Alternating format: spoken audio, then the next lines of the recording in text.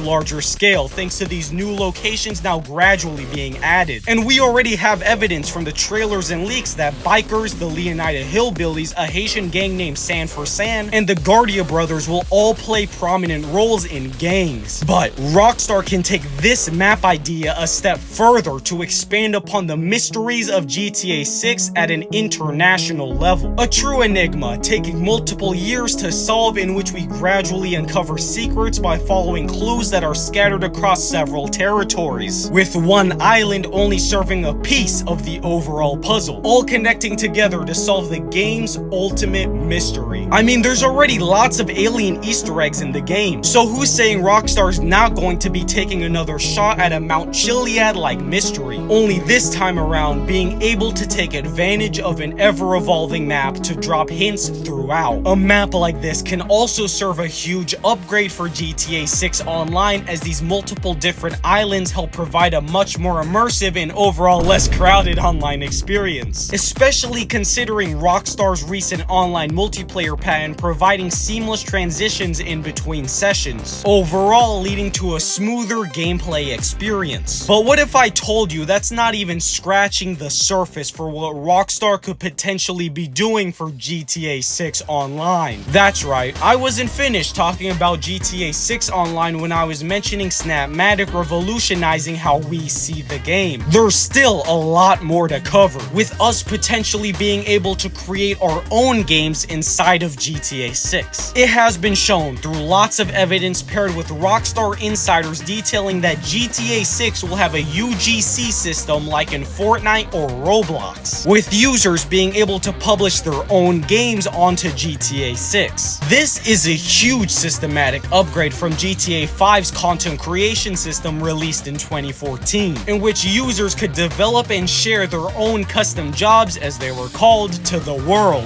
This concept can be taken to the next level so that creators creators can use more advanced mechanics like linking logic or triggers in order to create whatever game they desire, instead of simply being limited to whatever game mode GTA 5 lets you build in. I'm talking about something truly massive, in which you can literally create whatever you want using GTA 6's framework. Rockstar will also very likely be adding servers to GTA 6, as it's basically been an open secret at this point through former 5M employees speaking out on Rockstar's future plans in competing against 5M, but also Rockstar themselves publicly acquiring CFX.RE, the makers behind 5M and RedM, in order to gain full access to the most advanced modding capabilities out there for Rockstar's games. So yes, servers just like 5M will very likely be added to GTA 6, including role-playing capabilities that will expand further upon GTA 5 Online's original plan on building whatever criminal empire you desire. And it all makes sense, as it is very well known that a huge portion, if not most, of GTA 5's current player base is in the role-playing space. So this would be a great opportunity for Rockstar to attract the rest of those players into their base game by developing a better 5M for GTA 6. And what's really exciting about this is that you may not even have to pay a dime or configure anything to create your own server. This is because Rockstar will also put P2P hosting in GTA 6 Online, just like how they did with GTA 5 Online. Now, off the get-go, you might be thinking that this is a terrible idea, as it is an outdated and cheap way to host servers. But it is actually pretty genius if you really think about it. First off, Insider Tez2 had stated that Rockstar will include a hybrid version that is much more advanced and fair towards players. And so with the potential server costs out of the way, what's stopping Rockstar from letting players create their own servers for free with just a few clicks of a button? No more downloading complex software and configuring options and basically building a rocket to create your own custom server. You can easily be able to just make one off the bat. Imagine that, creating your own server in just a few seconds to hang out and roleplay with your friends, or just simply hop on regular online mode to have fun pulling heists there, and post the good times you're having on Snapmatic. That is just an amazing future I can't wait to live in when GTA 6 drops in less than a year. If you want to watch more deep dives into GTA 6 like this one, hit subscribe. I post very frequently, and see y'all in the next one.